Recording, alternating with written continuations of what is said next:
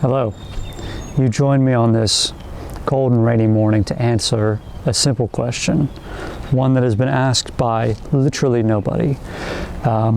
It is, how does the breastplate from Epic Armory fare against steel swords for lighter Hema sparring? I've got my VB arming sword and the Tibetan longsword, and today I'm going to be doing a demonstration of some cuts and thrusts to see how it holds up. So as I said before, this is from Epic Armory, sold by Medieval Collectibles. I have no relationship with either of these companies, apart from the fact that I've spent too much money at Medieval Collectibles. On their website, they offer this in 4 different sizes.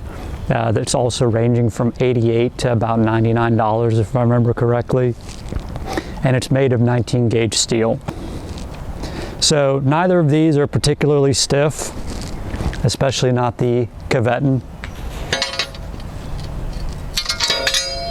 So it's appropriate for sparring with just normal jackets. I can't imagine it would be anything different here.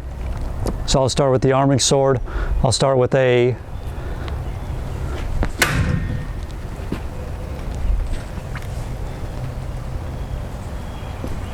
minor scuff, no damage.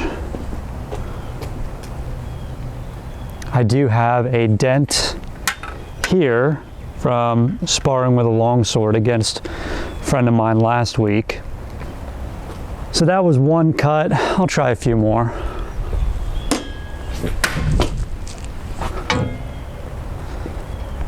From this side.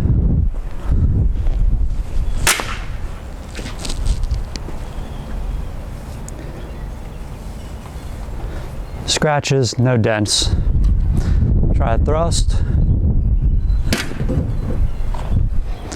And that thrust stuck very well and put a slight dent in right there. I'll show these later. Try one more thrust.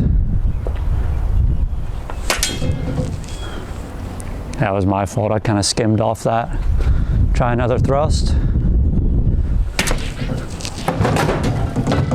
So I've actually killed him, unfortunately. That last thrust landed dead center, right here on the crease of the armor, and buckled it. And not only did it do that, but it knocked my whole stand over. That was another one, and that's from last week. So this is quite easy to dent. Granted, the arming swords tend to be a little stiffer than long swords, but even then, I think we're not going to see anything different on a long sword.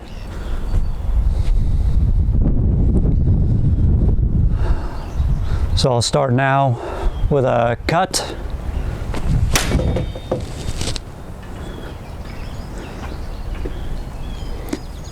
And I think, it's hard to tell, but I might have actually bent this side in a little bit. I can probably, yeah. I mean, look, you can flex this thing with your hands pretty easily. You're getting what you pay for. Unfortunately, the options out there for anything thicker than 18 gauge is pretty limited. So just keep in mind what you're getting.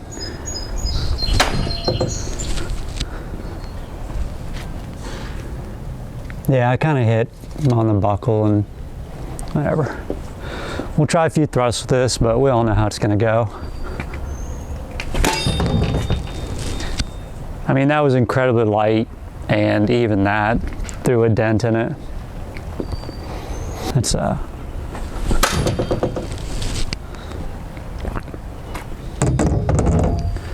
I'm not here to tell you what to do. I'm not your parents, but I will just show you what I'm seeing here. That's one of my strikes with the long sword, and it's just not really any different. It's probably a little bit easier on the long sword than it is the arming sword. A few final thoughts here. This was never intended for what we're putting it through. It's intended for reenactment and LARPing, and for that it does great. At a price point of $90, it held up well. The straps and all the rivets are holding up nicely. I haven't had them work loose on me or start fraying. Yes, it got dented very easily. It's 19 gauge steel, what do you want? But even then, when you're fighting half armor, this isn't a target anyway, so any contact with this will most likely be incidental. Now again, that's between you, your fencing partner, and the club you're affiliated with, how you want to go about this. All I'm doing is just showing you what it is.